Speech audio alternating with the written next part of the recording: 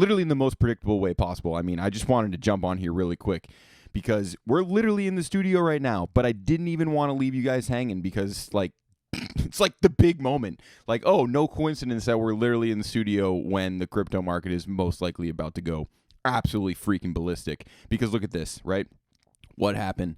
Bitcoin found support at the 0.786 level based off of the April 15th high to the, well, actually this low here on June 22nd. And the fact that it respected this level and had already broken above this level, well, I mean, when I look at this, I literally can say pretty confidently that it's like you kind of only have upside here. Not a lot. I'm not saying you have a lot of upside in Bitcoin, but I mean, Bitcoin's going to move upwards. It's going to bring the market with it until it reaches that final point, which I think we have a lot of reason to believe it's not going to be higher than this level. I don't think it's possible that Bitcoin can break through about 86,000. I think it's actually more likely it's going to get sold off closer to around this level because literally whales are going to be anticipating the top. They're just not going to let the price go much higher than this because to them that's already so risky and they've already made a lot of money. And what else is going on? They got freaking altcoins like literally SNX.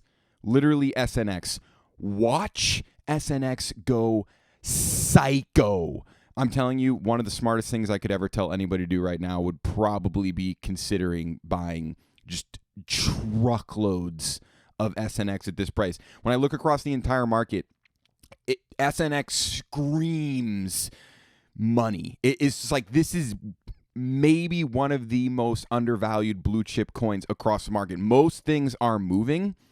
A lot of things have moved well out of my accumulation zone, but I've been saying for a really long time that under $10 SNX is like your obvious choice. So you know what I kind of see happening, like some really basic confluence, would be Bitcoin starts selling off, just before it hits 80,000, and you're going to see all of these quote unquote blue chip cryptos. You mean like your basic essential, paradigm shifting concept coins like SNX are going to absolutely go ballistic because they're ridiculously undervalued right now. Also consider the fact that whales are looking at Fibonacci implications on SNX, and SNX Fibonacci implications are pretty epic, I gotta say. You got an insane fall from this top. I mean, this is a huge percentage drop compared to things like ENG or whatever. We'll look at it in a second, but look at this.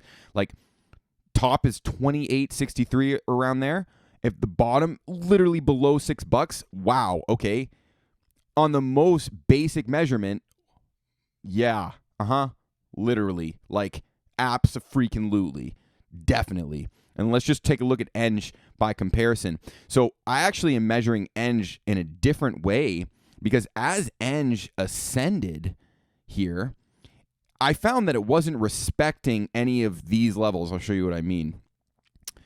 ENG really didn't care too much about a lot of these levels on the standard measurement. And what I mean by that is, like, I can't really say that, was ENG finding support at the 0.618? Was ENG finding support at, the 702, at the 786? Not specifically. Normally you can tell, like, it's more obvious. Like in the case of Bitcoin, it's so obvious, right? It's so obvious that it's respecting the 0.786. It's very clear.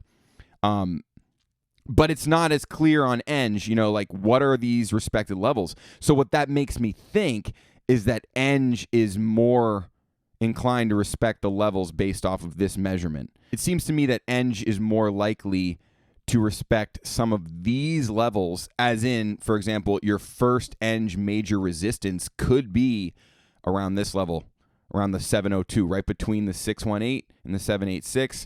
You may see some selling pressure right here, but ultimately I do think ENG would break through, and very, very safely and realistically, I think I could see it very easily hitting 22 based on this measurement. So what I'm really doing is I'm just looking for undervalued coins, and I'm trying to find what Fibonacci levels they're likely to respect.